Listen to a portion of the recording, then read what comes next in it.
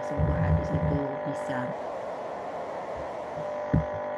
masuk kategori diterima atau tidak, yaitu dobet.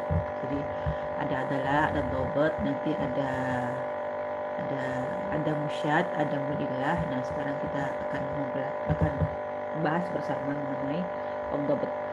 Kayaknya minggu kemarin kita udah sempat menyinggung sedikit ya mengenai dobet, artinya kalau adalah itu adalah kredibel ya, seorang nilai-nilai atau value yang dianggap kredibel gitu ya di hadapan orang lain. Jadi tidak hal-hal yang membuat nilainya itu jatuh di depan orang lain. Nah kalau misalnya sedangkan dobet itu ya akurat. Jadi bagaimana seseorang bisa menyampaikan sebuah hadis secara secara secara sempurna gitu ya, secara sempurna sesuai dengan dia bagaimana dia itu menerima hadis dari gurunya. Oke. Langsung saja saya serahkan ke teman-teman kelompok berapa? 8 ya? 8 nggak sih? Kalau nggak salah 8. Iya. Kalau belum disiapkan PowerPoint makalahnya ya sekarang disiapkan dulu.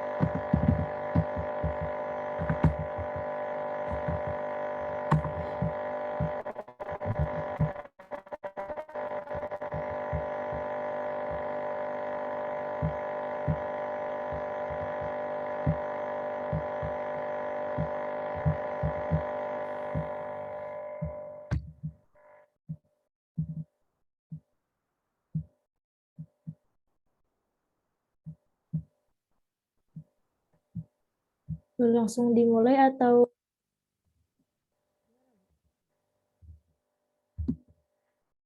udah siap belum kelompok 8? Silakan disiapkan dulu, kalau udah siap berarti dimulai. Udah Bu. Insya Allah. Oke, silakan.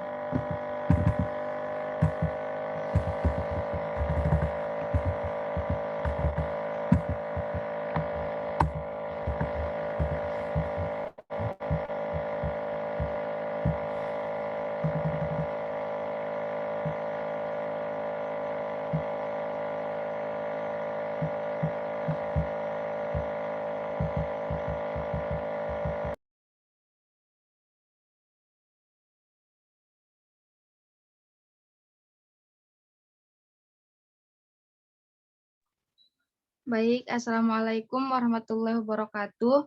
Kami dari kelompok 8 yang terdiri dari saya Luluil Maknun dan kedua teman saya Munirah dan Nikmatul Walidain. Di sini kami akan mempresentasikan tentang konsep DOP. Yang pertama akan disampaikan oleh saya sendiri.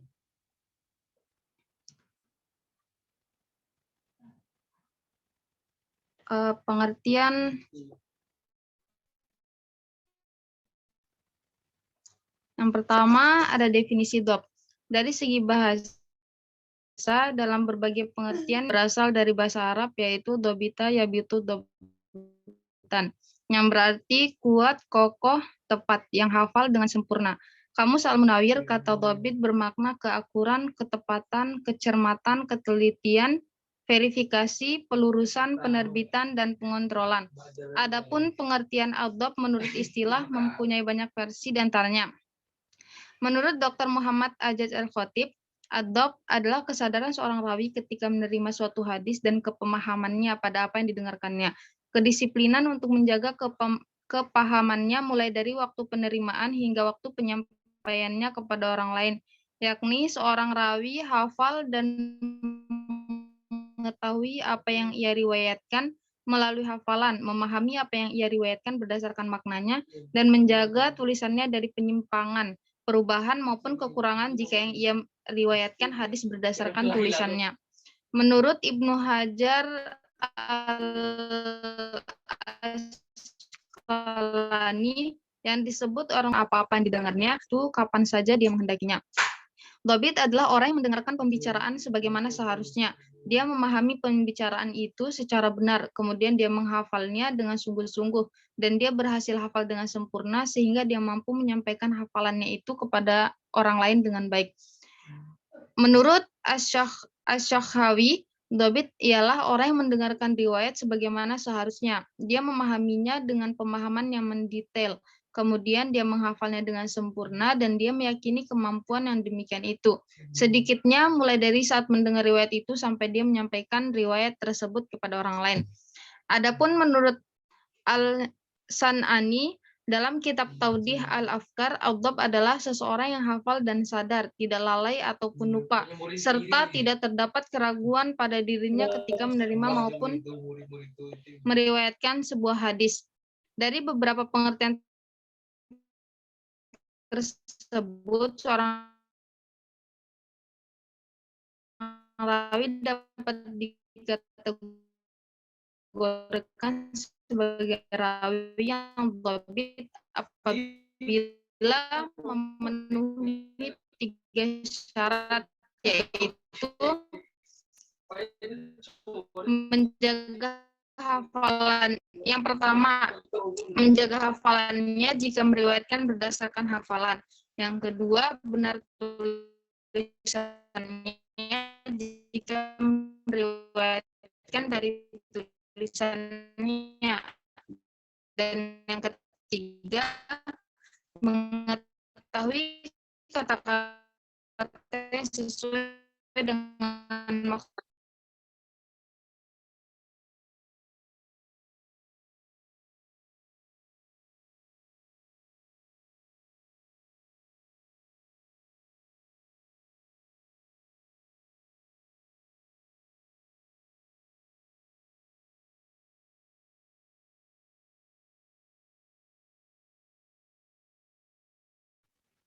Maaf, tadi keluar.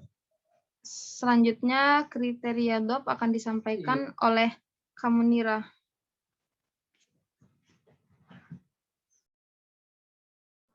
Baik, yang selanjutnya kriteria dhabt.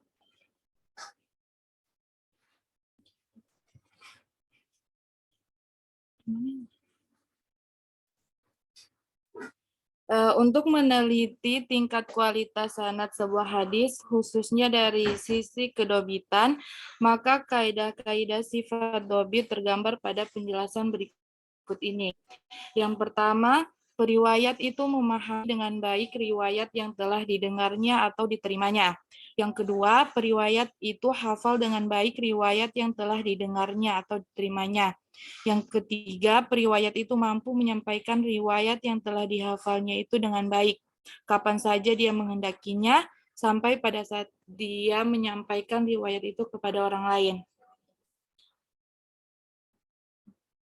Yang selanjutnya, contoh sanad hadis yang periwayatannya dobit.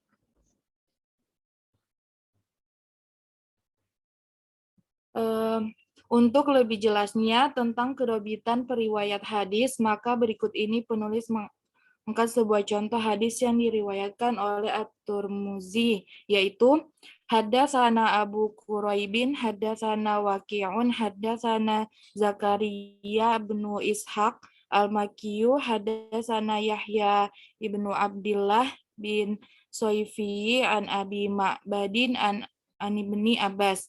anna Rasulullah sallallahu alaihi wasallam ba'atha Mu'adzan ilal Yamani faqala lahu innaka ta'ti qauman ahla kitabin fad'uhum ila syahadati alla ilaha illallah wa anni Rasulullahi fa inhum ata'u lidzalika fa'alimhum annallaha iftarada alaihim khamsa sholawatin fil yaumi wal lailatin fa in hum ata'u lidzalika fa'limhum annallaha iftarada alaihim shadaqatan fi amwalihim tu'khadhu min aghniyatihim wa turaddu ala fuqaraihim fa in hum ata'u lidzalika fa iyyaka wa karaima amwalihim wattaqi da'watal madlumi fa innaha laisa bainaha wa bainallahi hijabun wa fil babi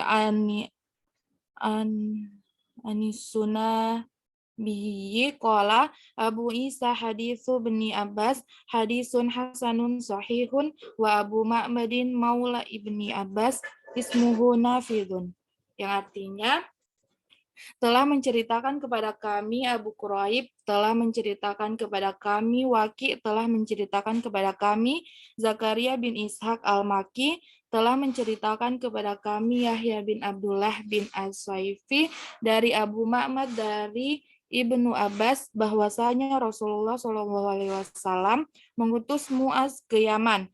Lantas beliau bersabda kepadanya, sungguh kamu akan mendatangi kaum dari ahlul kitab. Maka seluruh mereka kepada syahadat la ilaha illallah dan saya adalah Rasulullah. Jika mereka mentaatimu, ajarkanlah kepada mereka bahwa Allah mewajibkan atas mereka sholat 5 waktu sehari semalam.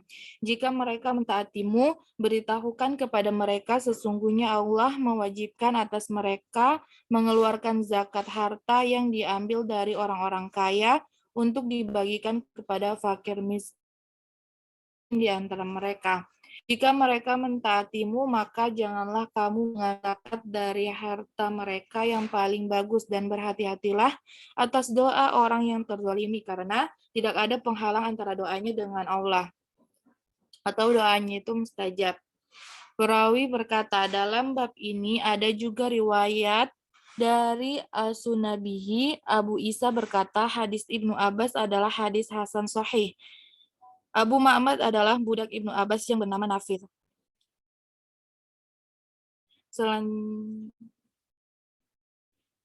Selanjutnya akan dibacakan oleh Nikmah. Baik, terima kasih. Selanjutnya itu untuk mengetahui kualitas para periwayat, khususnya berkaitan dengan kedobitan, maka penulis mengurai biografi para periwayat sebagai berikut. At-Turmuzi, nama lengkapnya Muhammad ibnu Isa ibnu Musa ibnu Ad-Dakhaq. Gurunya antara lain Qutaibah Abu Bakar bin Abi Syaibah. Muridnya antara lain Abu Bakar Ahmad bin Ismail. Para ahli kritik hadis memberi penilaian sebagai berikut. Yang pertama, Ibnu Hibban menilai At-Turmuzi adalah seorang penghimpun hadis, penyusun kitab, dan senantiasa berdiskusi dengan ulama. Next. Yang kedua yaitu Al-Quran Idrisi. Menilai dia seorang ulama yang menguasai ilmu hadis, penyusun kitab Al-Jami', At-Tarikh, dan Al-Ilal. Yang ketiga yaitu Ibnu Hibban, menilai beliau thiqah, zuhud, dan ahli hadis. Dengan demikian pernyataannya ia menerima hadis Abu Syaibah dapat dipercaya sekaligus diyakini bahwa antara keduanya telah menjadi persambungan sanad. Abu Quraib, nama lengkapnya Al-Ala'i bin Quraib. Gurunya antara lain Waki', Jarir bin Abdul Hamid. Muridnya antara lain Abu Bakar bin Syaibah, Tirmizi. Pada kritik hadis memberi penilaian yang tinggi terhadap pribadi dan intelektualnya. Abu Hatim Ar-Razi menilainya sebagai periwayat yang siqah mutkin. Al-Nasai dan Maslamah bin Qasim menilainya sebagai seorang tabi'in yang banyak meriwayatkan hadis dan fiqh subut. Dari penilaian yang diberikan pada kritik hadis di atas, maka menandakan bahwa pribadi Abu Quraib fiqh. Dengan demikian pernyataannya ia menerima hadis Ishaq bin Ibrahim dipercaya dan ini berarti sanad antara keduanya bersambung. Berikutnya itu Waqi'. Nama lengkapnya adalah Waqi' bin Al-Jahra bin Mali. Gurunya Zakaria bin Ishaq Al-Maki, Amir bin Bakar. Muridnya antara lain Ishaq bin Ibrahim Quraib. Kritikus hadis memberikan pujian yang tinggi terhadap pribadi Waqi'. Misalnya Ibnu Sa'ad bin Murrah menyatakan bahwa adalah periwayat hadis yang fiqh. Ahmad bin Hambal menyatakan bahwa saya tidak melihat seorang pun yang lebih mengetahui hadis kecuali Waqi'. Tidak seorang pun kritik hadis yang mencela pribadi Waqi'. Sebaliknya, pujian yang diberikan kepadanya adalah pujian berperingkat tinggi. Oleh karena itu, pernyataannya bahwa ia menerima hadis dari Abu Bakar dengan metode haddatsana dapat dipercaya. Itu berarti sanad antara keduanya muttasil atau bersambung. Berikutnya yaitu Zakaria bin Ishaq. Zakaria bin Ishaq, nama lengkapnya Zakaria bin Ishaq Al-Maki, menerima hadis dari Ibrahim bin Maisar, Ishaq, Yahya bin Abdullah As-Saifi. Muridnya antara lain Abu Bakar dan Waqi'. Kritik hadis Mansur Al-Faqih dan Ahmad Bahwain Al-Toi memujinya dengan pernyataan dia adalah imam umat Islam.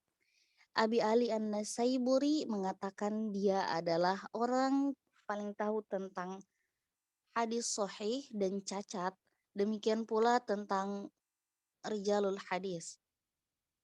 Tidak seorang pun yang mencela pribadinya. Pujian yang diberikan kepadanya sangat tinggi.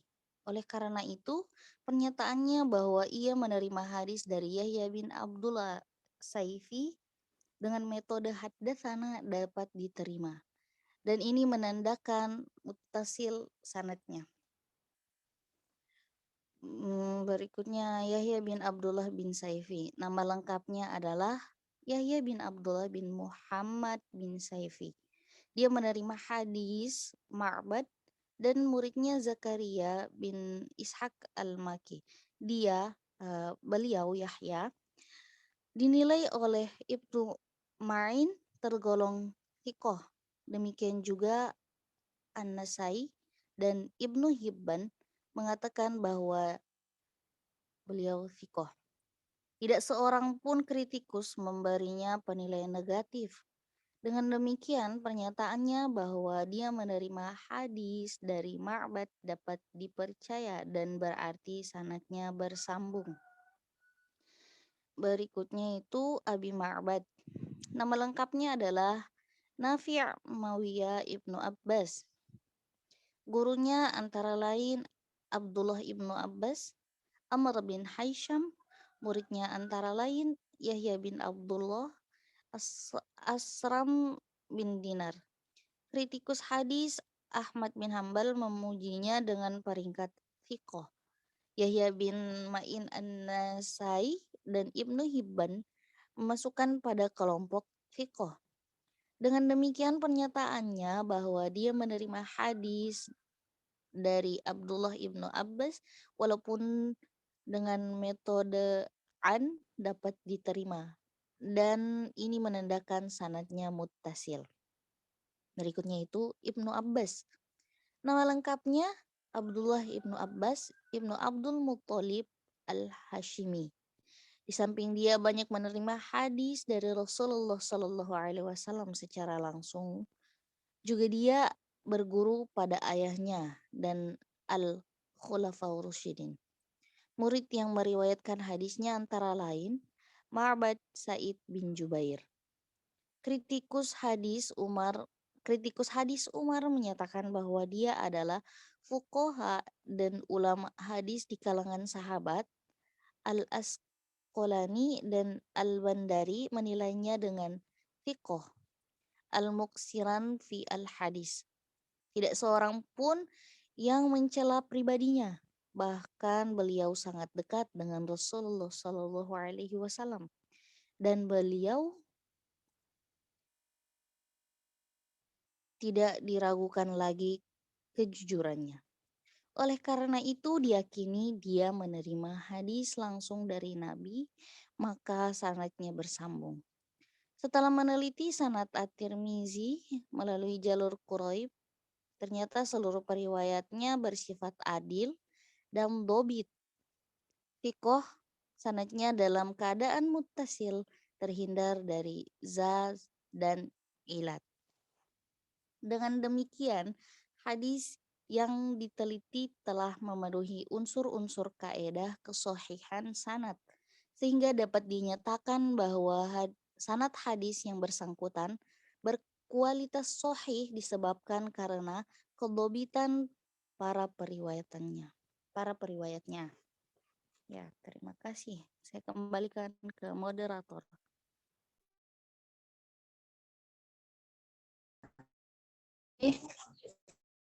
Sesi tanya jawab untuk teman-teman yang ingin bertanya.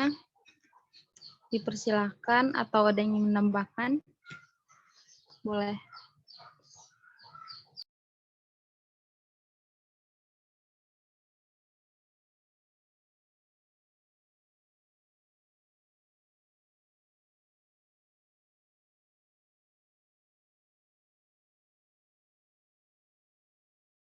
Silakan teman-teman, apakah ada yang ingin bertanya?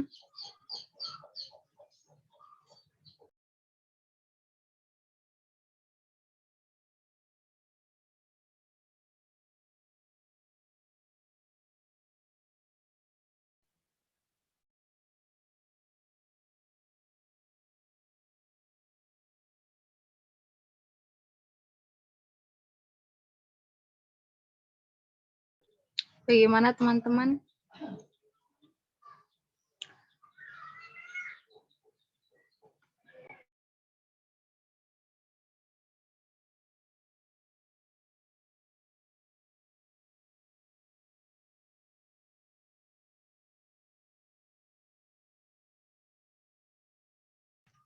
Ibu, sepertinya teman-teman belum ada yang bertanya sekarang. Ibu mau menjelaskan dulu atau bagaimana?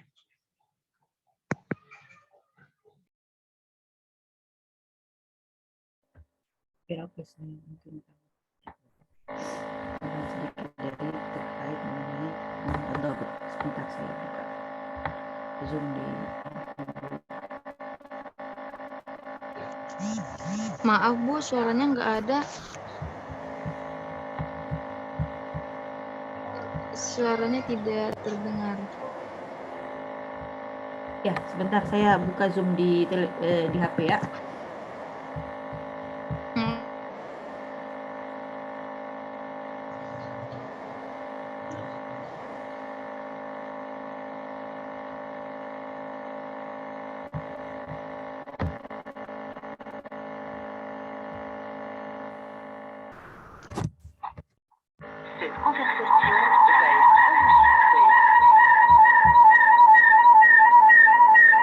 Ini ada suara apa sih? Dari mana ya? Laptopnya itu. Di laptopnya di Oke, udah ya. Berarti udah ya sekarang.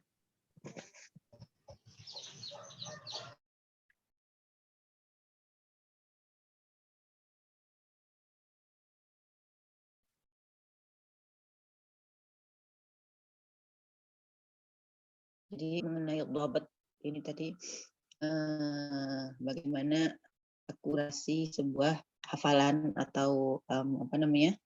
Bagaimana seorang rawi itu mampu mentransmisikan hadis yang dia punyai kepada orang yang datang setelahnya, jadi muridnya dia gitu. Jadi dhabt ini sebenarnya kalau mau dibagi ya ada dua macam. Pertama dhabt hafalan yang ada ya yang dihafalan yang dhabtus shadr. Maksudnya keakurasian yang ada di hafalan dia gitu kan, di ingatan dia. Yang kedua itu yaitu yang ada di kitab. Jadi maksudnya seorang bersandar pada kitab untuk mengecek lagi hafalannya dia, kemudian apa namanya untuk mengetahui, maksudnya kalau misalnya kurang apa nanti dilihat lagi di kitabnya kayak gitu. Kemudian ada jadi menurut Imam Az-Zailai itu dalam Nasbur Royah itu ada beberapa hal yang bagaimana cara kita itu cara kita menentukan atau mengetahui seseorang itu dianggap dhabit atau tidak. Az-Zailai itu punya ada tujuh cara. Yang pertama yaitu dengan muqaranah marwiyatur rawi bimarwiyatin ghairihi. Jadi dia membandingkan riwayat yang dia punya dengan yang lain. Makanya kalau menurut salah satu ulama muhaddisin bahwa orang kalau mau kalau mau hadisnya bagus itu dia harus yujalisu ghairahu. Jadi dia harus datang ketemu sama orang lain, kemudian dia memperbandingkan riwayat yang dia punya dengan riwayat yang dipunyai orang lain. Nanti di situ bisa kelihatan gitu kan, apakah hadis yang punya dia itu ada yang terpotong, ada tambahannya gitu kan, atau tidak. Gitu. Kemudian istifadatul dhabtur rawi bainal a'immah dalil dhabtur rawi. Jadi kalau misalnya seseorang itu terkenal dia itu dhabit di antara para imam-imam, maka ya udah dianggap dia itu orang yang dhabit. Kemudian ini nanti terkait jarh ta'dil ya. Jadi dia akan dinilai apakah dia ini masuk orang yang adil gitu atau masuk majruhin dan matrukin gitu. Kemudian kalau ada tazkiyah sama tazkiyah, jadi direkomendasikan oleh para senior atau para ulama hadis, itu makanya dianggap hadisnya dhabtnya oke diterima. Kemudian tafarradu ahadul ruwat mukhalafatu mal jamaah ladhafi min hadis. Jadi kalau ada orang yang hadisnya itu dia sendiri ada tambahannya gitu. Kemudian yang lainnya tidak ada gitu, cuman nah itu dianggap dia itu nggak hafal. Makanya nanti itu ada yang namanya dhabtut tam. Jadi hafalan seseorang itu atau ingatan dia atau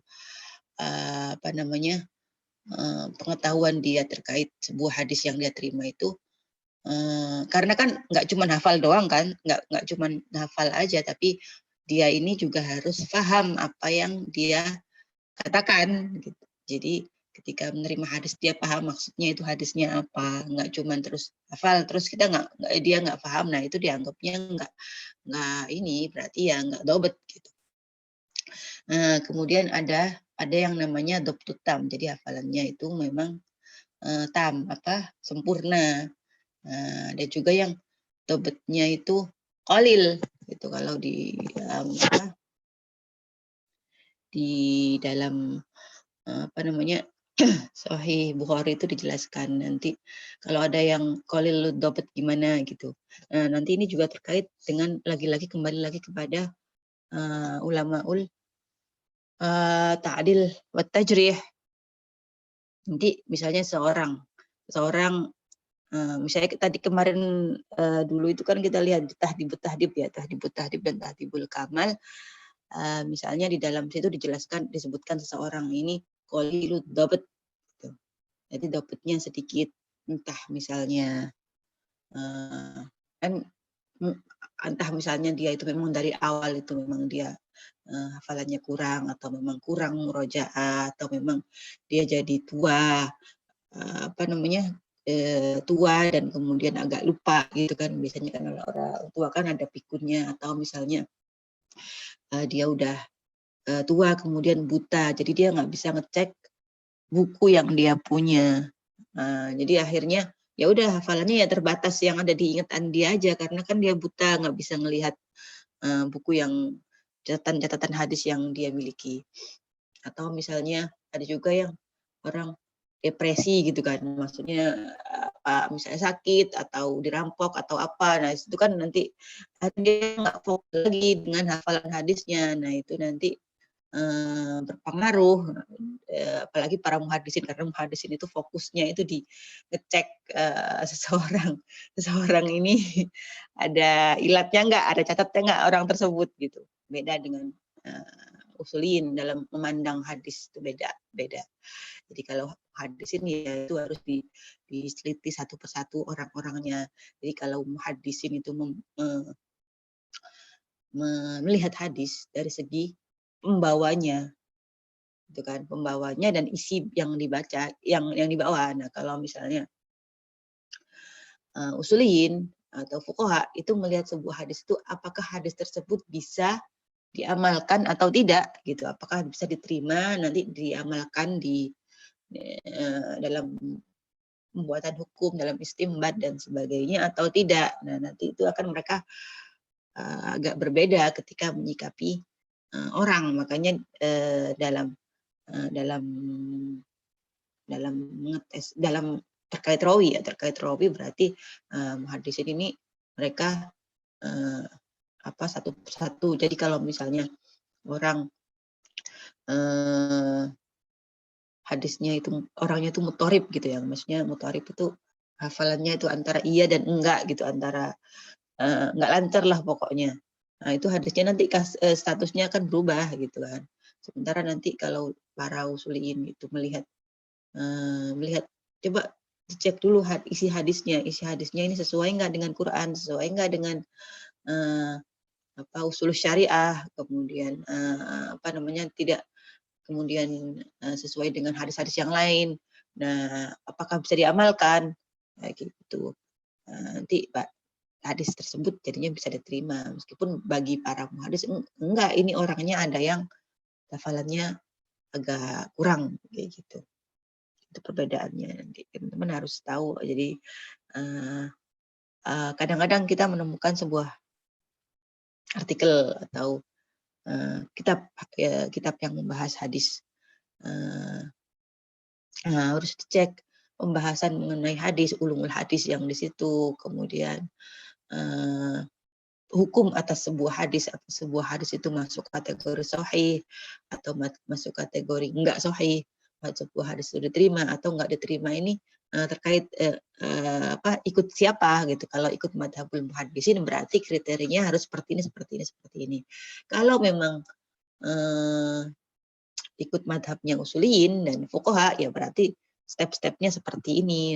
Kalau misal jadi ketika nanti jangan kecampur-campur gitu ya. Jangan, misalnya kadang-kadang seorang penulis menyikapi hadis dari segi usulin tapi pakai sudut pandangnya hadis ini, ya nanti rancu jadinya.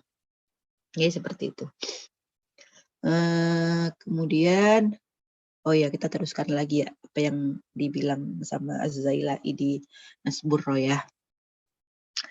Alla yakunar rawi mukhtaliton id anal ikhtilat dalilud dhaful dhabtur rawi, sama mutarib dan mukhtalit itu mirip-mirip. Jadi kalau mutarib ya hadis dia antara kebalik-balik hadisnya dan sebagainya.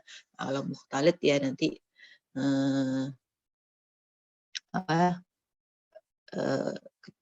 kecampur antara hadis satu dengan yang lain, atau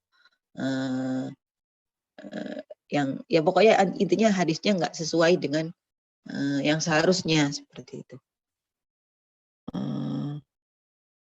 Nah, kemudian idza ishtarata rawi annahu la yarwi illa an thiqah fa riwayatuhu tasdiqun lahu. Jadi kalau kan kita tahu ya bahwa misalnya Sahih Bukhari Imam Bukhari ketika menulis kitabnya Sahih Bukhari itu beliau punya syarat-syarat tertentu. Jadi hadis apa saja yang akan beliau masukkan dalam Sahih Bukhari. Jadi beliau cuman mengambil hadis-hadis yang misalnya sulasiat yang cuman 3 orang perawi atau 4 orang perawi aja antara jaraknya beliau dengan Nabi misalnya.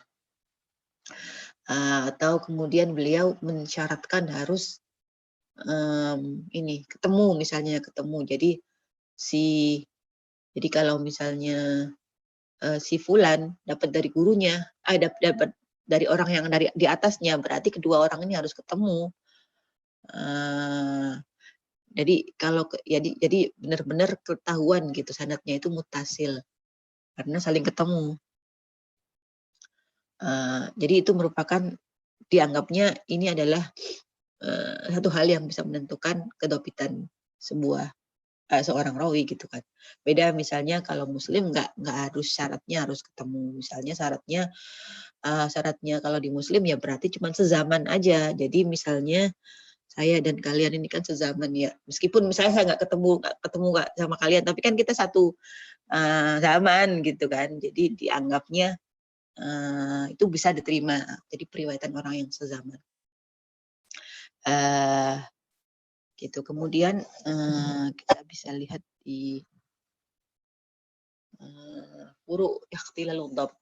Jadi Syekh Nurdin Itter itu menyebutkan beberapa hal yang dianggap bisa menghilangkan atau mengurangi kedobitan, yaitu la yaqbal hadis an arfa bi qabul talqin fil hadis. Jadi kalau misalnya ada orang-orang yang terkenal dia itu adalah orang yang meriwayatkan hadis yang bukan dari punya dia sendiri gitu. Jadi hadisnya orang, misalnya dia kan kalau mengambil hadis itu kan kemarin kita lihat ada turuknya ya, ada turuk tahamul wala ada, bagaimana seorang guru menyampaikan dan bagaimana seorang murid itu menerima gitu. Jadi kan nanti ketahuan kalau hadasani berarti mereka ini simaah gitu ya. Kemudian amba'ana nanti qira'ah syai dan sebagainya. Nah,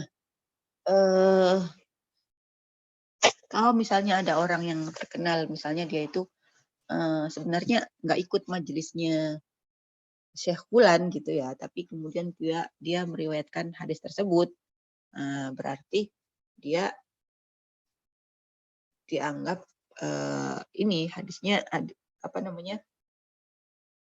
hal tersebut dianggap mengurangi kedobitan orang tersebut, si rawi tersebut. Kemudian letak balur riwayat amad kasurat syawat ay al-mukhalafat wal manakir ay tafard alladhi la yuhtamalu fihi. Ini enggak diterima riwayat dari orang yang banyak syadnya, di banyak mukhalafahnya.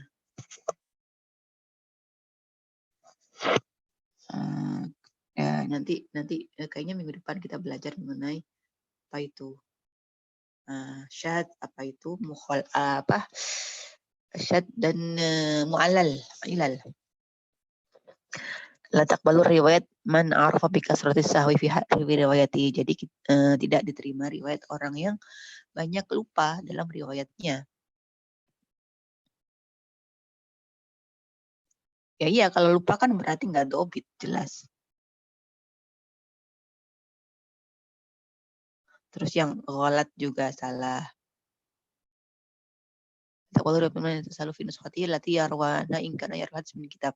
Kalau misalnya dia itu meriwayatkan hadis dari kitab, jadi dia punya kitabnya, berarti tidak diterima riwayat dari orang yang menggampangkan atau meremehkan ketika dia menasah gitu kan. Misalnya dia itu terkenalnya ngopi, maksudnya ngopi hadis dari buku lain yang kitabnya itu apa namanya, nggak ya gampang ngopi dari mana-mana gitu ya. Jadi dia asal ngopi gitu. Nah, itu nggak ini apa namanya, nggak bisa diterima, nggak dianggap apa namanya, dobit gitu. Dobitnya dianggap kurang. Jadi nanti bisa masuk kategori qalilud dobit atau dobitnya itu khafi gitu ya, sedikit. Ini adalah beberapa hal yang terkait dengan dobit. Sebenarnya dobit ini nanti penerapannya ya ada di ini, di kutubul jarh hatta ta'dil. Kita bisa tahu orangnya dobit atau enggak itu kan ketika kita membuka kitab yang terkait dengan jarh hatta ta'dil. Nanti dilihat di situ si fulan orangnya sikoh, si fulan orangnya soduk, maksudnya jujur gitu ya. Kemudian apa misalnya si fulan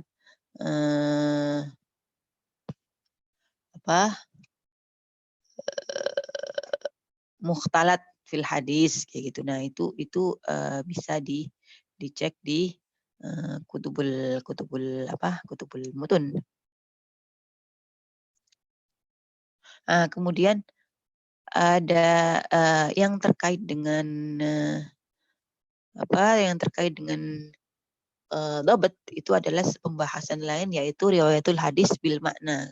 Meskipun kita sudah minggu kemarin kita sudah sedikit menyinggung mengenai riwayat bil makna, namun kita kita ulang lagi aja ya. Oke, jadi riwayatul hadis bil makna kita tahu bahwa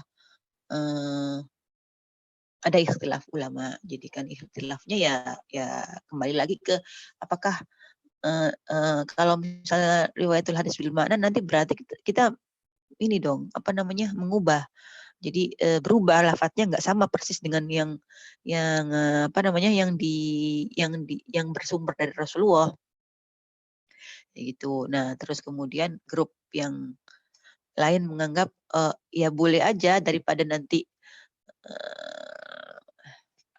nanti ada hal dari agama ini yang hilang atau enggak tersampaikan kepada generasi selanjutnya. Karena apa? Karena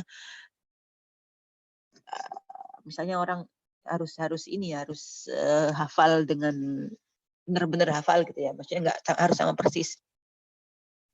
Nah, ini nanti nanti ada khilafnya. Kalau jumhur bilang enggak apa-apa, namun dengan syarat ya. Jadi ada syarat-syarat tertentu. Kemudian syaratnya ada juga yang tidak memperbolehkan, ada juga yang memperbolehkan tapi yang melakukan itu sahabat gitu. Jadi kalau misalnya yang melakukan itu adalah tabiin dan selanjutnya dan bawahnya lagi tabiin, nah itu nggak boleh. Jadi cuman orang yang dikategorikan dalam kelompok sahabat, nah itu boleh gitu, boleh aja.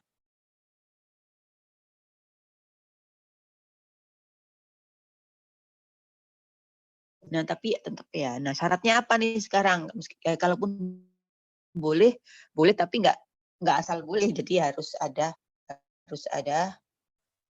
syarat yang harus dipenuhi, yaitu apa? Misalnya dia harus mengetahui mengenai dia harus paham benar bahasa Arab gitu ya. Maksudnya dia paham. Jadi kan kalau bahasa Arab itu kan misalnya kita mengganti sebuah lafadz dengan lafadz yang lain. Nah, benar nggak ini apakah sama persis artinya atau sebenarnya di situ itu ada perbedaan gitu antara makna yang pertama dengan yang makna yang lain. Nah, ya gitu kan kadang kan misalnya jalasa dan qo'ada itu kan sama-sama duduk gitu kan. Cuma nanti pasti ada beberapa penggunaan khusus yang dipakai gitu. Nah, orangnya harus paham bahasa Arab dengan benar. Sehingga ketika dia itu ada lafadz yang diubah dari perkataan Nabi, nah berarti dia itu nggak mengganti dengan kata lain yang nggak cocok. Gitu.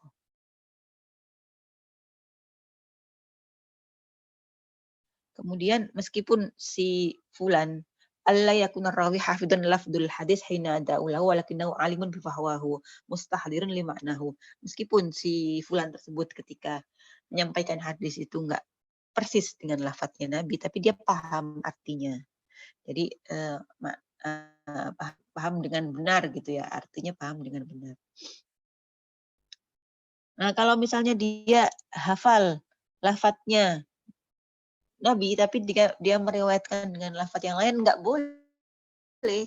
Jadi boleh kalau misalnya orang tersebut nggak hafal. Tapi kalau memang dia sudah hafal dengan lafadz yang aslinya, tapi diganti, nah itu ya nggak boleh.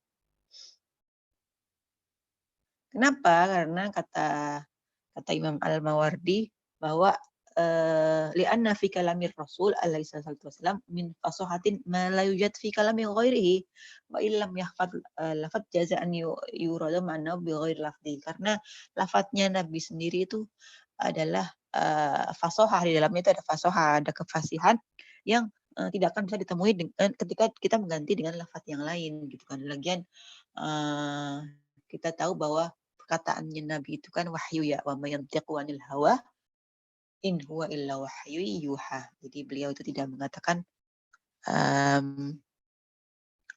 dengan hawa nafsunya, tapi beliau mengatakannya beliau itu berkata sesuai dengan wahyu.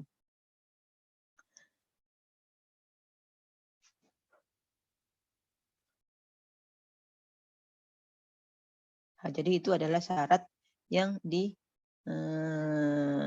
yang harus dipenuhi ketika seseorang itu hendak meriwayatkan hadis bil makna. Nah, kalau kita ini yang hafalannya nggak banyak ini gimana?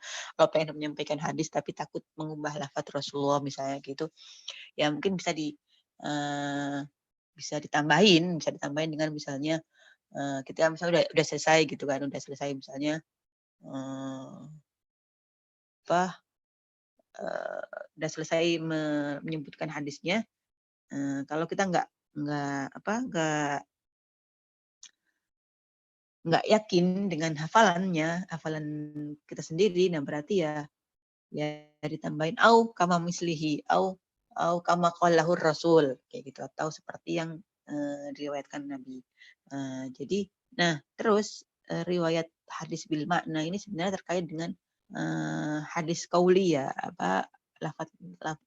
hadis al qauliyah, as-sunnah al qauliyah. Tapi kalau misalnya al fi'liyah kayak misalnya Rasulullah ketika sholat beliau itu mengangkat tangannya sampai sejajar dengan telinga. Nah itu kan fi'il ya, bukan perkataan. Nah kalau seperti itu ya bisa misalnya nggak perubahan sedikit. Nah itu nggak apa-apa, lebih longgar di situ. Beda dengan yang tadi yang terkait dengan kuliah. Nah itu tentang riwayat lebih makna. Nah kemudian hubungannya riwayat bil makna dengan dhabt apa ya, kalau misalnya dilihat kalau misalnya orang tersebut itu sebenarnya hafal tapi dia itu meriwayatkan hadis bil makna. Nah, ini perlu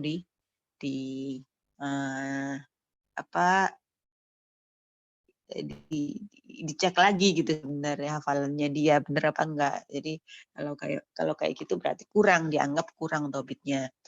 Kalau kemudian memang orangnya memang kurang hafalannya, kemudian dia meriwayatkan hadis bil makna, ya nggak apa-apa. Kemudian dicek lagi meskipun riwayat hadis bil makna, tapi apakah sesuai atau tidak. Kalau sesuai dengan artinya, maknanya pas, nah berarti dan dia paham maksudnya, ya berarti dianggap dia itu dhabit. Itu dulu yang mungkin tambahan dari saya. Silakan teman-teman kalau mau ada yang ditanyakan.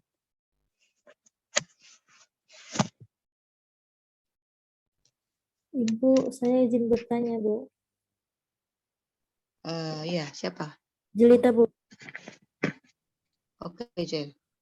Ya, jadi mengenai mengurangi itu tadi kalau nggak salah Ibu, misal kita bisa meriwayatkan hadis tapi bukan dari dikenal, maka mengurangi jadi Suaranya Jelita lu putus-putus.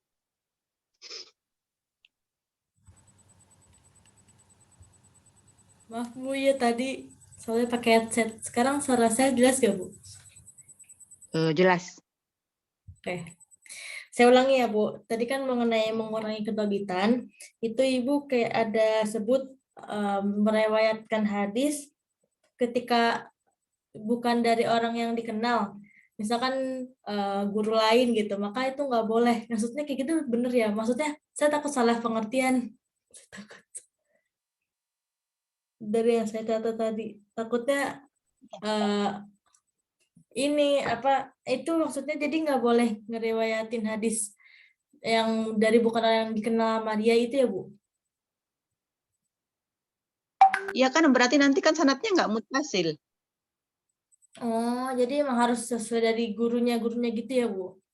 Nggak boleh dari guru orang lain gitu Iya, misalnya? enggak Oh, lah. Berarti kan dia ngaku-ngaku berarti. Nggak ikut belajar terus ngaku-ngaku. oh ya Nah, baik. kecuali nanti misalnya ada ijazah amma, misalnya si Fulan ini eh, misalnya ada syekh gitu ya, terus kemudian beliau bikin apa kayak halakoh di masjid gitu kan. Sebenarnya misalnya saya eh, bukan kita nggak kenal sama syekh itu, tapi kemudian waktu syekh bikin halakoh hadir gitu ya, hadir di majelisnya beliau. Nah, itu bisa jadi itu berarti dianggapnya berguru ke beliau karena kan beliau si Fulan tadi menghadiri majelis syekh tersebut. Nah, jadi nanti apa namanya atau misalnya dapat ijazah, nggak ketemu tapi dapat ijazah, misalnya nemu kitab atau misalnya nemu kitab.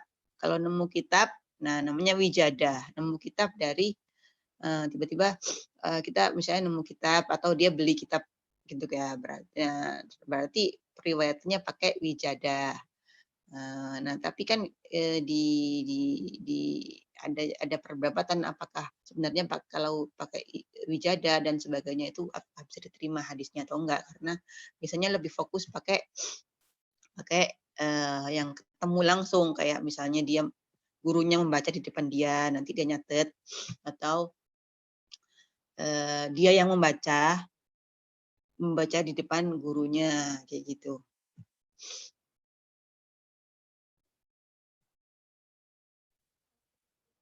Jadi nggak boleh sebenarnya kita dari orang yang nggak kenal kalau dan sebagainya, dan misalnya nggak ketemu di majelisnya. Nah, kecuali kayak ada cara-cara tadi, misalnya diijazai. Nggak pernah ketemu tapi diijazai atau ijazahnya amah. Jadi ijazah ke semua orang semua orang yang menemukan atau mendengarkan hadis tersebut, maka dia diijazai hadis tersebut ya, berarti bisa ijazatan gitu kan nanti di dalam periwayatan. Tapi harus ditulis di ketika misalnya dia menulis hadisnya, ditulis di dalam bukunya itu nawalani hadal hadis ijazatan gitu. Saya mendapatkan hadis ini ijazah dari Syekh Fulan bin Fulan gitu. Harus dijelaskan. Itu wajib ya, kalau harus dijelaskan cara dia menerima hadisnya itu harus dijelaskan. Oke, Bu. Ya. Terima kasih Bu. Yo.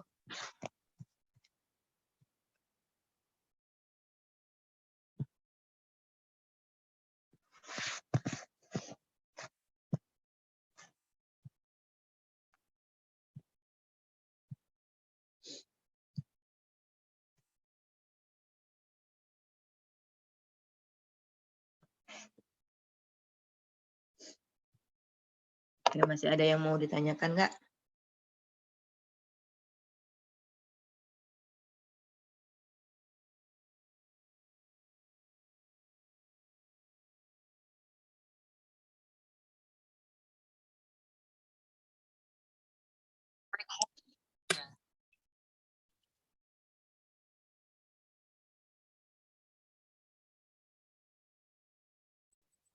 Ibu boleh satu lagi nggak, Bu?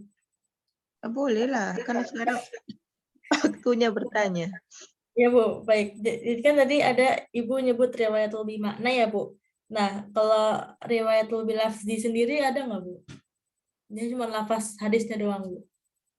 Maksudnya gimana itu lafaz hadis doang?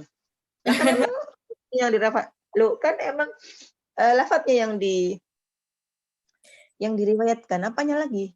Tadi kan soalnya Ibu itu nyebutnya riwayatul bimakna gitu. Jadi kan hanya kirain itu maknanya aja gitu kan yang di apa Bu namanya sih yang tadi syarat meriwayatkan hadis itu? Oh, oke. Jadi yang dimaksud dengan riwayatul hadis bil makna itu gini. Ada hadisnya secara lafaz ada. Misalnya innamal a'malu binniyat wa innamal likulli imri'in ma nawa dan sampai ujung.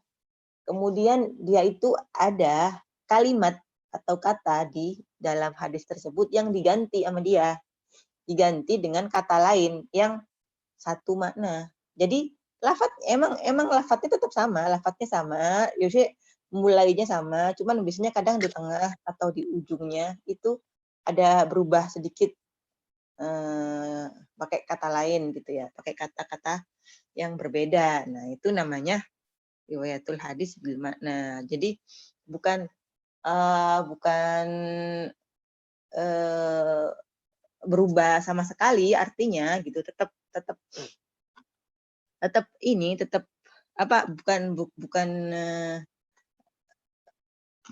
bukan jadi kayak gimana sih? Jadi riwayatul hadis bil makna itu kayak gitu bentuknya. Jadi nanti ada bagian dari hadis itu yang berubah gitu kan. An yu'addir rawi ma'anil hadis min indihi wa tu'addil makna. Jadi riwayatul hadis bil makna itu ada apa? Yaitu seorang rawi menyampaikan hadis dengan kata-katanya sendiri. Tapi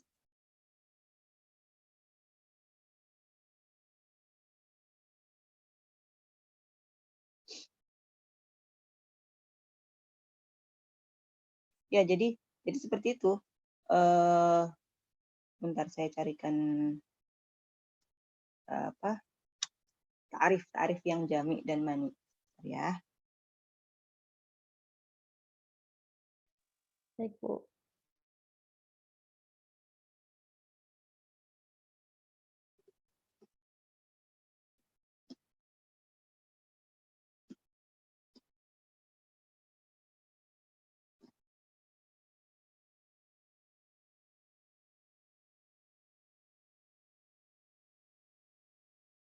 Oke, saya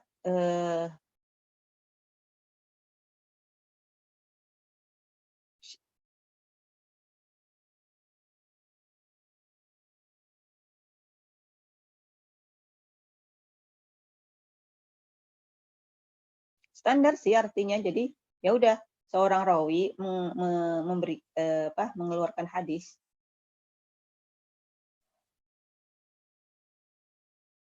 ayu addi rawi ma'anil hadis bi alfadin min indihi wa tu'addil makna. Itu aja. Jadi seorang rawi menyampaikan hadis kepada muridnya atau ditulis di kitabnya itu dengan makna dengan lafaz yang lafadznya dimiliki dia sendiri, bukan lafaz asli hadisnya.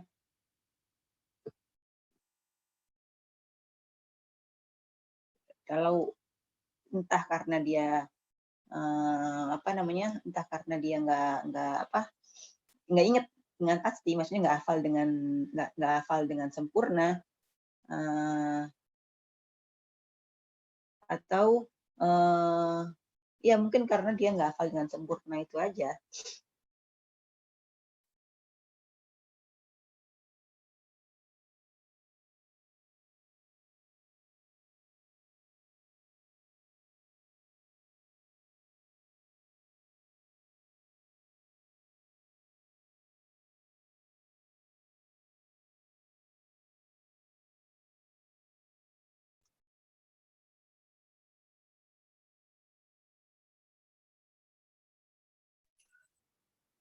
Oh, jadi intinya riwayat yang dia nyampein ke muridnya itu pakai bahasanya sendiri. Ya, ya itu. Itu tapi tetap dibolehkan ya, Bu? Boleh, asalkan tidak mengubah lafaz aslinya. Tidak mengubah makna aslinya, tidak mengubah makna aslinya. Dan terus bukan kayak sesuatu yang yuta'abbad bihi, misalnya bacaan sholat. Bacaan sholat kan pasti ya, maksudnya ya kalau misalnya kita kalau kita bangun dari ruku, bacanya sami Allahu liman hamidah. Nah, itu nggak boleh kamu mengubahnya karena lafadznya adalah lafadz yang yuta'abbad bihi, lafadz yang dipakai untuk ibadah. Jadi harus pertama dia ketika mau misalnya menyampaikan dengan kata-katanya sendiri itu, pertama dia harus paham bahasa Arab. Jadi pas gitu ya ketika menggantinya. Kemudian tadi itu paham apa yang dia katakan, paham apa yang dia hadis yang dia terima itu. Nah, kalau misalnya menyingkat gimana? Nah, itu Bu kalau disingkat gitu. Disingkat aja gimana nih? Nah, menurut Ibnu Hajar, yaqulul Imam Ibnu Hajar, amma ikhtisarul hadis fal aktsaruna ala jawazihi. Menurut kebanyakan orang, mayoritas boleh. Bisyartin ayyakuna alladhi yakhtasiru aliman. Jadi syaratnya yang menyingkat hadisnya itu seorang, maksudnya dia paham, alim gitu ya. Li'anal alim la yanqusu minal hadis illa ma la ta'allaqa lahu fima bima yabqihi minhu. Jadi kalau dia enggak kenapa disyaratkan seorang alim? Jadi dia tahu gitu menyingkat hadisnya itu sampai mana gitu. Enggak, jadi motongnya enggak sembarangan gitu kan.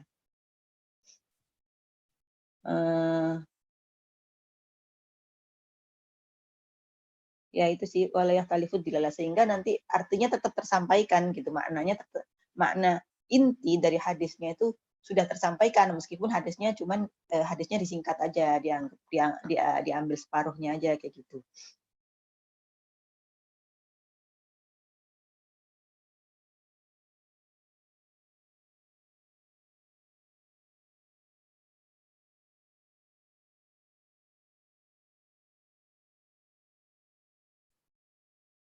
Nah, tapi ada tambahan pernyataan wal mafhum an hadza idza kana al-khabaru waridan bi riwayatin ukhra taman wa amal idalam yarid taman mutawakkil akhar fala yajuzu.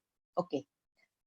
Hadis boleh menyampaikan hadis itu boleh disingkat ketika ada jalur lain yang menyebutkannya itu dengan sempurna sampai akhirnya.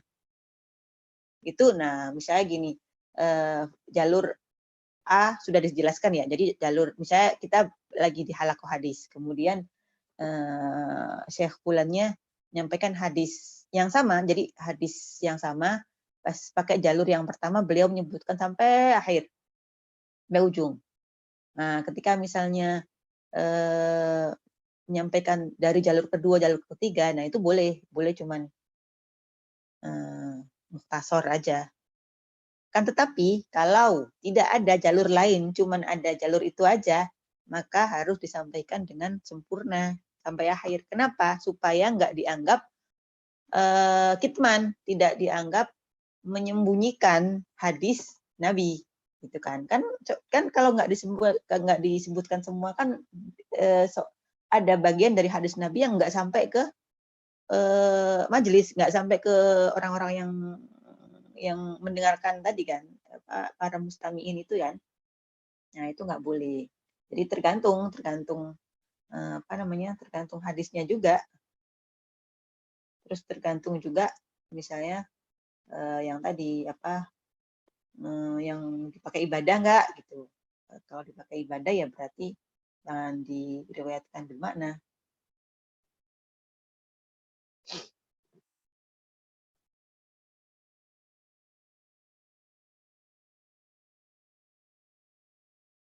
Terus sebenarnya riwayatul hadis bil makna itu ya dipakai ketika darurat saja, ketika lupa. Kalau nggak lupa masih ingat dan meriwayatkan hadis bil makna itu ya nggak boleh. Karena jadinya kan mengubah lafadznya Nabi kan. Padahal dia bisa menyampaikan hadis sesuai dengan lafadznya Nabi, tapi dia nggak melakukannya.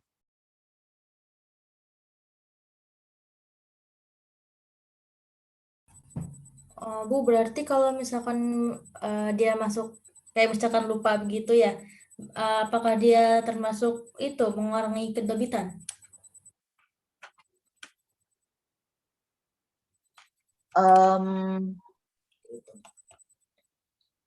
Oke, sekarang hubungannya dengan dobit ya. Lupa ketika menyampaikan hadis enggak. Jadi gini, ketika seseorang meriwayatkan hadis bil makna, itu kan kita dia harus ngasih tahu gitu. Jadi ini sebenarnya lafadznya nggak pas seperti ini, tapi diriwayatkan bil makna karena nggak hafal dan sebagainya. Bisa dianggap kurang, bisa jadi bisa dianggap juga nggak dobit gitu kan, nggak dobit. Tapi kan dobit itu sendiri ada dua macam, ada yang dobtus soder, ada yang dobtul kitab gitu kan. Secara umum kalau misalnya perawinya itu ketat ya, maksudnya apa sih perawinya, ulama jarh wa ta'dilnya ketat, ketika ada orang banyak sekali meriwayatkan hadis bil makna ya dianggap itu kurang hafalannya, nggak bagus hafalannya, kurang hafal gitu, kurang dobitnya nggak tam, dobitnya nggak tam, dobitnya kolilud dobit, nanti jadi statusnya atau penilaian dia di dalam jarh wa ta'dil nanti jadinya kolilud dobit. Jadi memang ada pengaruhnya bagi status hadis tersebut ya, meskipun status perawi tersebut, kok status perawi tersebut, meskipun hal itu juga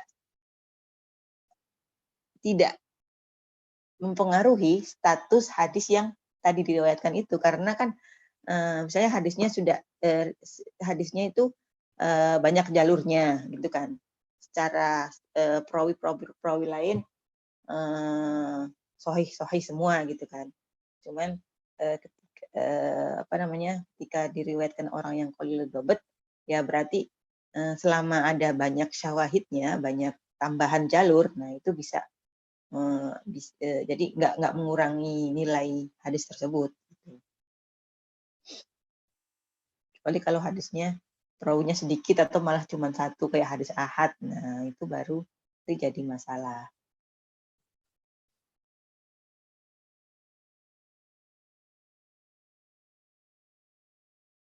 Oke, masih ada yang lain? Oke Bu, terima kasih Bu.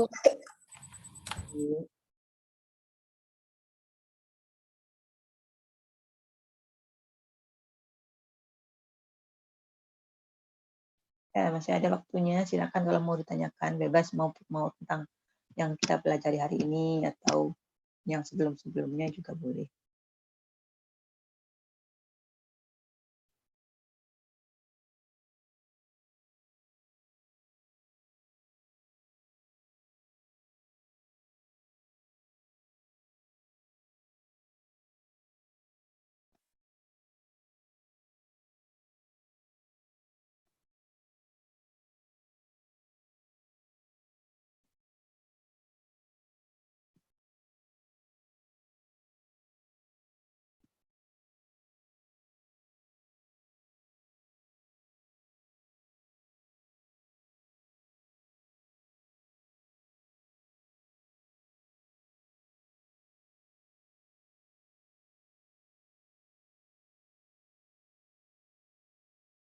Nah, dobet ini nanti ini ya, sebenarnya muhaddisin yang banyak fokus terkait dobet ini. Nanti kalau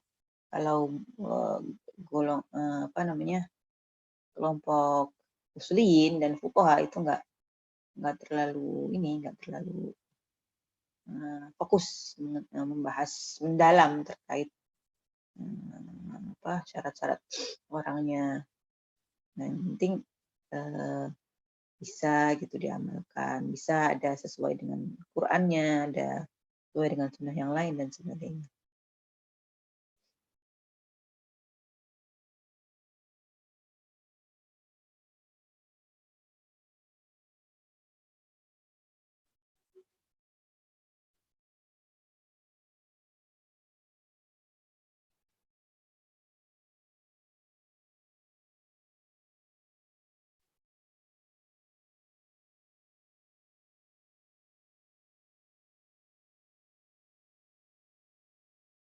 Kalau dobtul kitab bagaimana bentuknya?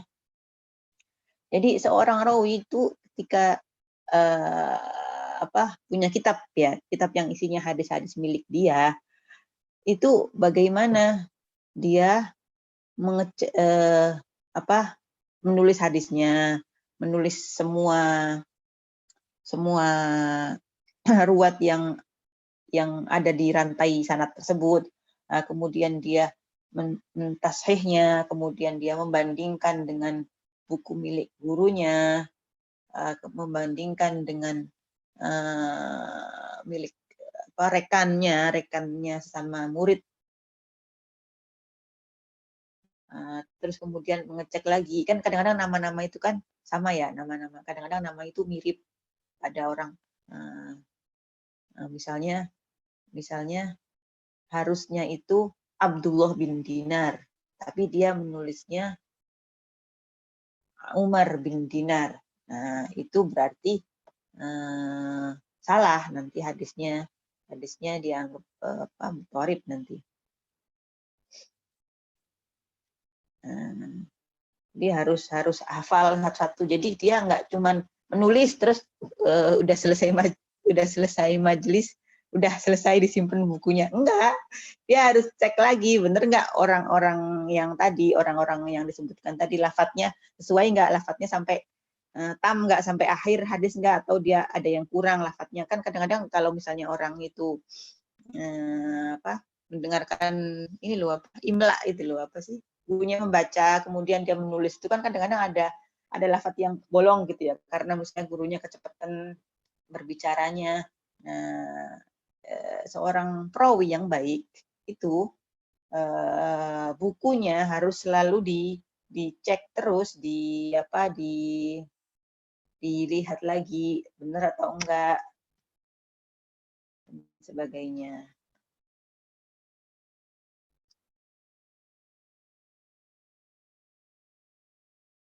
Kadang juga misalnya bukunya campur-campur gitu ya, campur habis pengajian hadis, nanti habis itu ada pengajian fikih, apalagi. Nah, kadang-kadang nulisnya asal-asal.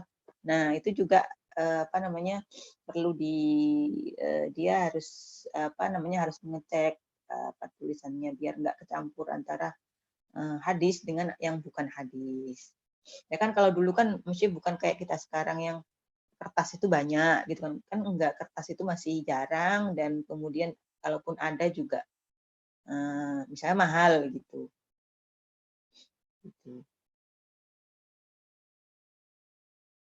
Kalau misalnya buku catatan dia itu campuran-campuran, ada fikih, ada aqidah dan sebagainya, dan kemudian dia nggak bisa membedakan antara tulisan dia yang terkait hadis dengan yang lain, ya berarti nanti dapatnya dianggap kurang.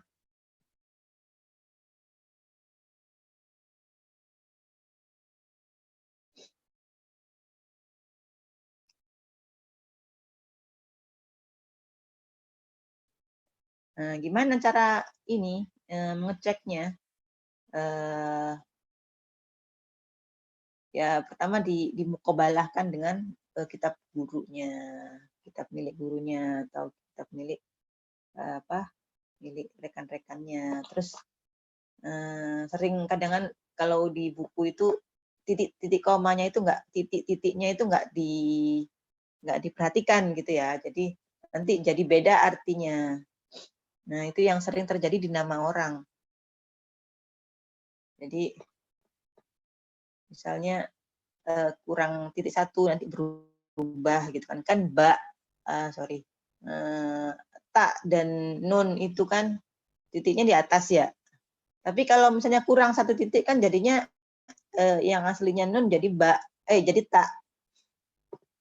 Nah, itu juga kan berpengaruh di apa namanya dhabtul kitab seorang. Karena kan kadang orang nggak bisa langsung hafal dalam satu kali pembelajaran kan. Misalnya dia duduk di majelisnya Syekh hari ini. Syekh menyampaikan hadisnya. Terus kan pasti nggak hafal langsung kan. Pasti dia pulang, ya kalau ada yang punya hafalan langsung ketika disebutkan hadisnya sekali dua kali langsung hafal ya bagus. Tapi kan orang nggak semua punya kemampuan seperti itu. Jadi kalau misalnya dia pulang ngecek tulisannya, ternyata tulisannya nggak benar, nanti kan hafalan hadisnya jadi salah kan.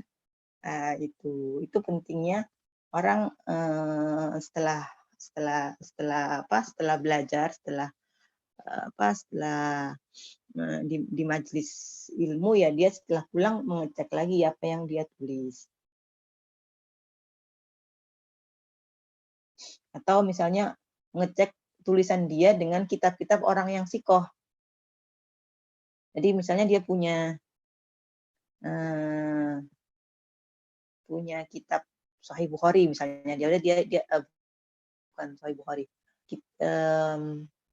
Misalnya orang abad kedua, jadi kan misalnya abad kedua tahun 150-an lah ya, 150 170 gitu. Dia belajar dari syekhnya. Dia habis selesai belajar, dia bandingkan tulisannya dia itu dengan kitab hadis yang sudah ada atau kitab hadis yang sudah ada di masa sebelumnya, misalnya dibandingkan dengan Muwatta, dibandingkan dengan kitab-kitab awal kayak Musannafat yang awal gitu, nanti dicek sesuai nggak hadisnya.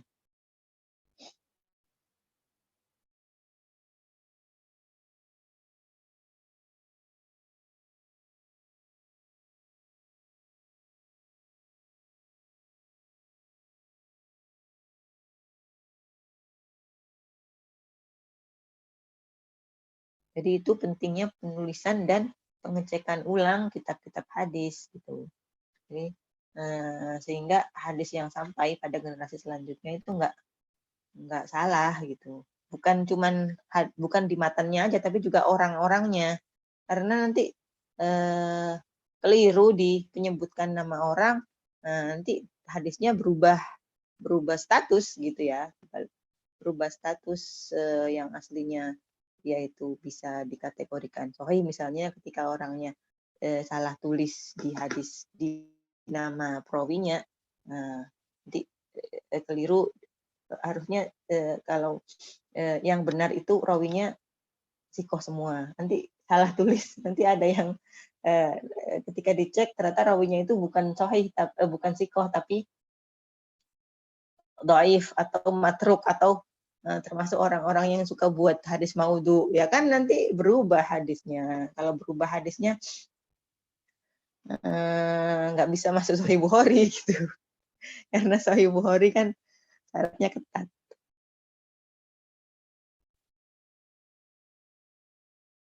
Jadi itu pentingnya orang tuh harus dobet, nggak cuma di hafalnya, tapi juga harus di tulisan yang dia punya. Bagi yang bisa nulis, bagi yang mampu menulis gitu kan. Kan kalau masih awal-awal banget kan banyak berpegangnya itu lebih ke hafalannya, karena ya mungkin agak repot menulis, meskipun bisa aja orang menulis di tulang atau di kulit dan sebagainya, karena kan Quran juga pas awal kan ditulisnya di pelepah, di pohon apa. Ya, masih ada lagi yang mau bertanya?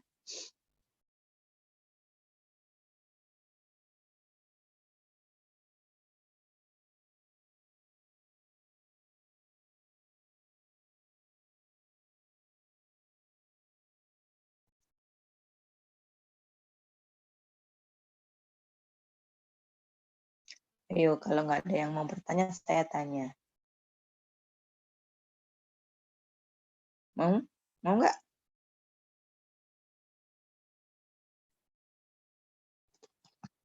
Oke, saya tanya ya. Pertanyaannya satu.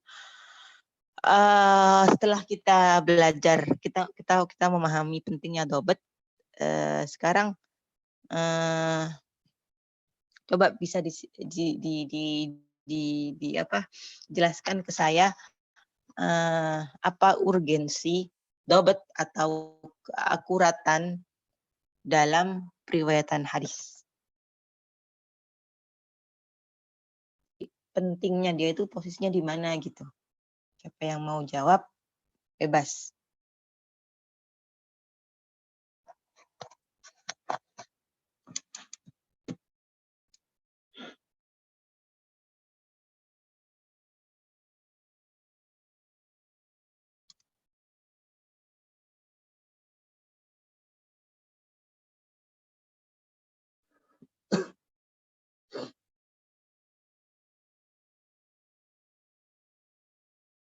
Siapa? Jelita mau jawab?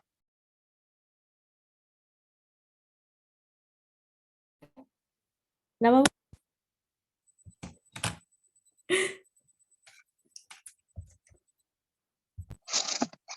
Atau yang lain boleh. Minha boleh. Pak Karima boleh. Boleh. Yang lainnya boleh.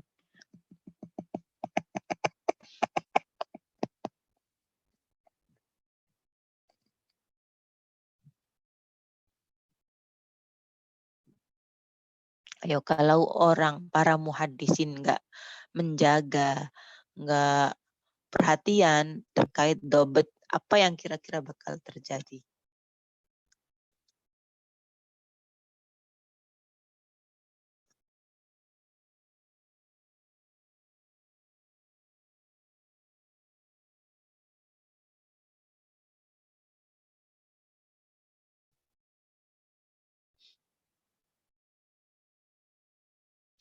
Halo, Mbak-mbak semester 6. Mana nggak ada suara?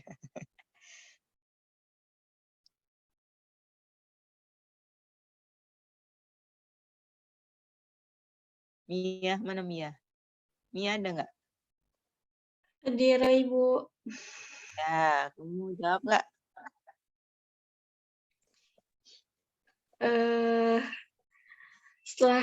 Setelah tadi dengar penjelasan Ibu ya Bu, jadi berpikir seperti ini Bu. Mungkin kalau dulu ulama itu membiarkan gitu orang-orang yang nggak teliti dalam hadis atau bagaimana, mungkin sekarang hadis yang ada sekarang itu benar-benar udah menyimpang gitu Bu dari apa yang Rasul ajarkan kayak gitu Bu. Kalau dalam hatinya tadi seperti itu Bu. Oke, ya bisa seperti itu boleh. Yang lainnya? Wanita?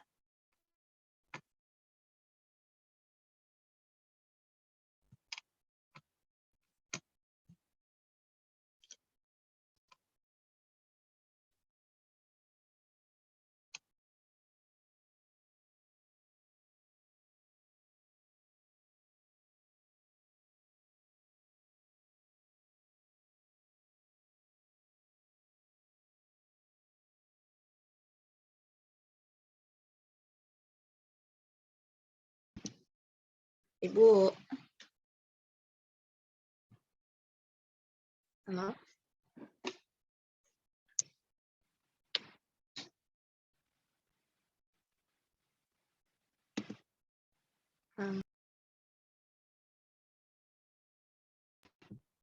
Kedengeran nggak suaranya? Kedengaran.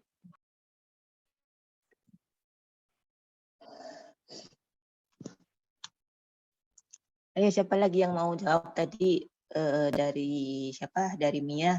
Katanya nanti agama yang sampai ke kita itu nanti masih diragukan gitu keabsahannya. Kalau yang lainnya mau jawab? Mau izin masuk, Bu. Ya, boleh. Iya, kalau dari yang pemahaman saya juga, sebenarnya nggak jauh sih dari yang pembahasan ini ya. Lebih ke ini kali ya. Kalau kita lihat di agama-agama lain kan juga masih ada sampai sekarang gitu, Bu, ajarannya. Tapi ya itu udah nggak jelas gitu loh, Bu. Udah apa? Ya kemana-mana lah, karena yang ngasih, yang melanjutkan pembahasannya itu sudah tidak dobit lagi. Ya, karena Kalau iya masih betul. masih bertahan gitu. Ya, jadi itu memang penting ya, Dobet ya. Makanya kita sekarang ketika belajar juga harus bisa mengikuti dan meniru meniru semangat mereka gitu, semangat para perawi ketika menyampaikan hadis gitu kan. Jadi misalnya kita mendapatkan membaca artikel kayak gini isinya seperti ini selalu berusaha untuk kritis, masa sih gitu kan, nanti dicek ulang dengan kitab yang lain ya gitu. Jadi ketika misalnya membaca tulisan, membaca buku, mendengar penjelasan dari saya juga harus punya sikap itu ya, mengecek, cross check penting itu, cross check itu penting ya, apa kan sama kayak orang dulu itu meng-cross check hafalan mereka, meng-cross check tulisan mereka, kita juga harus jangan mau kalah gitu, jangan dengan orang dulu sudah nggak mudah kan dulu, kayak mau ngecek dengan orang lain juga mungkin agak susah karena harus rihlah, harus musafir kemana, menemui orangnya, mencari hadis itu kan enggak. Kan kalau kita baca rihlah itu kan ini orang pergi ke luar kota jauh mencari hadis satu, ketika nyampe di sana yang mau ditemui udah meninggal gitu kan. Semangatnya kita jangan sampai kalah dari mereka gitu. Jadi misalnya kita melihat nama orang di sebuah artikel, misalnya Salahuddin Al-Idlibi. Tapi tertulis di artikelnya Al-Adlabi. Nah, harus harus dicek, nyari. Jadi kalau kita nemu sebuah nama orang atau nama kitab yang disebutkan di artikel, saya dicek aja langsung ada Google kan, misalnya ada Google, nanti bisa dicek, masukin aja namanya, nanti kan keluar yang benar pembacaannya atau pengucapannya itu yang mana gitu. Seperti para ulama dahulu, para perawi dahulu juga mengecek nama para rawi dia gitu, nama rantai periwayatan dia kan dicek satu-satu, namanya bener nggak, apakah si fulan tuh bener namanya Abdullah atau Ubaidillah gitu. Oke. Sudah cukup ya? Atau masih ada yang mau ditanyakan?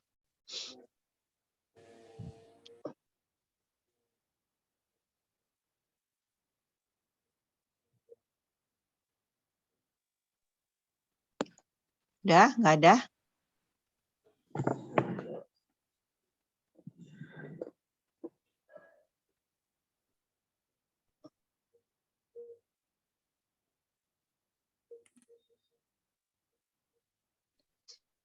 Oke, kalau nggak ada, nanti saya langsung serahkan ke kelompok 8 ya untuk ditutup pembahasannya dan dibacakan kesimpulan apa yang kita sudah pelajari pada siang hari ini. Silakan kelompok 8.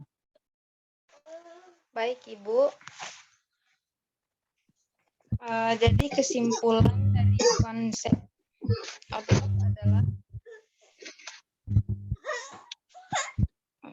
kesimpulannya, jadi yang disebut dobit adalah orang yang kuat hafalannya tentang apa-apa yang didengarnya dan mampu menyampaikan hafalan itu kapan saja dia menghendakinya. Dobit adalah orang yang mendengarkan pembicaraan sebagaimana harusnya, dia memahami pembicaraan itu secara benar, kemudian dia menghafalnya dengan sungguh-sungguh dan dia berhasil hafal dengan sempurna. sehingga dia mampu menyampaikan hafalannya itu kepada orang lain dengan baik.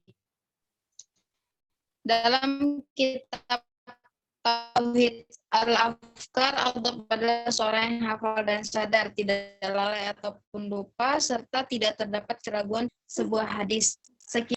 Terima kasih teman. Assalamualaikum. Waalaikumsalam warahmatullahi wabarakatuh. Oke, terima kasih teman-teman atas pemaparan yang sudah diberikan kelompok 8. Terima kasih untuk yang lainnya yang sudah aktif mendengarkan dan berdiskusi. Insya Allah kita ketemu lagi minggu depan dalam pembahasan asyhad wal illah.